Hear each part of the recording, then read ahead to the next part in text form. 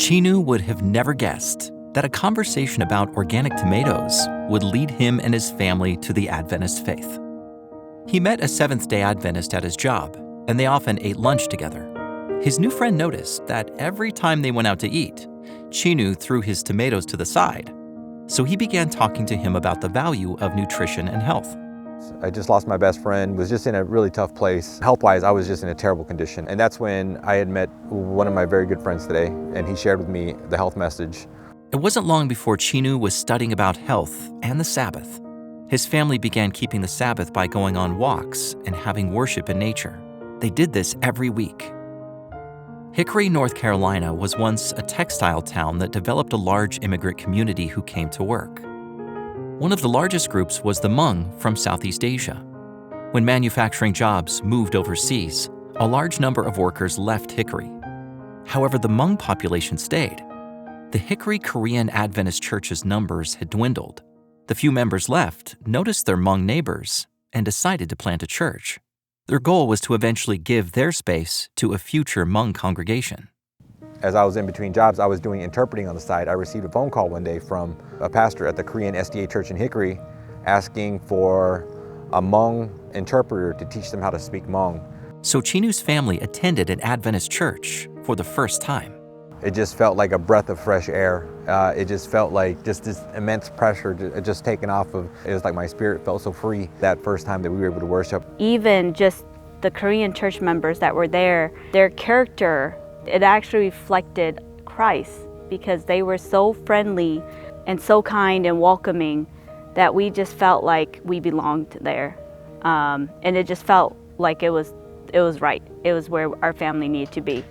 The family had always been active members of another church. They continued to attend both churches for a while. Eventually, Chinu and Gina were overwhelmed. We had a lot of connection, a lot of friends, and we were leaders of a small group, and we didn't want to just leave them behind. Chinu and Gina earnestly asked God to reveal where they should be. First thing we said was, if anyone ever asks us to choose between one or the other, We know which decision we know where we need to be. The next day, their former pastor asked them to hurry up and come back full-time to the church. And we kind of just looked at each other and said, thank you, God, for the answer. Yes. The Korean elders believe God is calling them to help plant a Hmong congregation, and they are committed to supporting in any way possible. Church elder Daniel Kim, a recently retired electrical engineer, and his wife Myung have moved away to Georgia to care for her parents.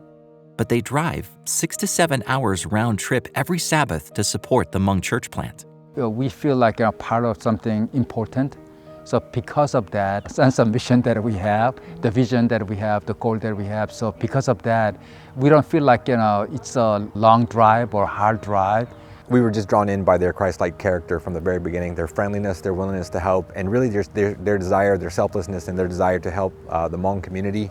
And I think for us, that passion is very contagious. And for us, being Hmong, of course, there's just a big burden, a big responsibility we feel to share the good news with those around us that haven't heard the message.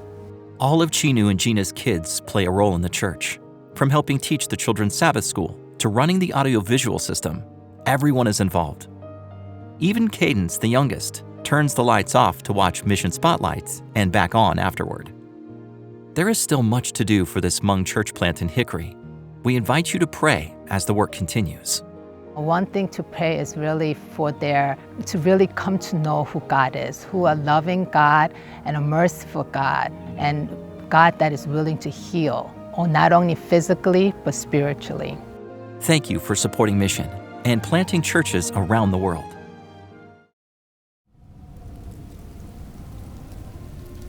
The Arctic is a challenging place to live. The winter brings well below freezing temperatures, so cold that you can experience frostbite in as quickly as 5 minutes. The Inupiat people of northern Alaska have lived off this land for centuries. At the northernmost city in the United States, Utqiagvik rests on the shores of the Arctic Ocean. Its landscape is dominated by vast expanses of tundra and ice. The mayor of Utqiagvik describes some common misconceptions of life in the Arctic. Well, there's the igloo thing. Everyone thinks we're in igloos. We're not. Or penguins, that's Antarctica.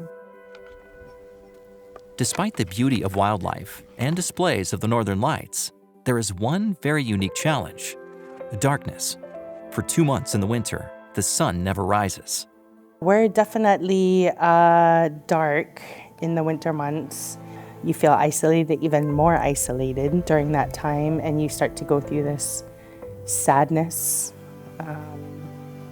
just before the light hits.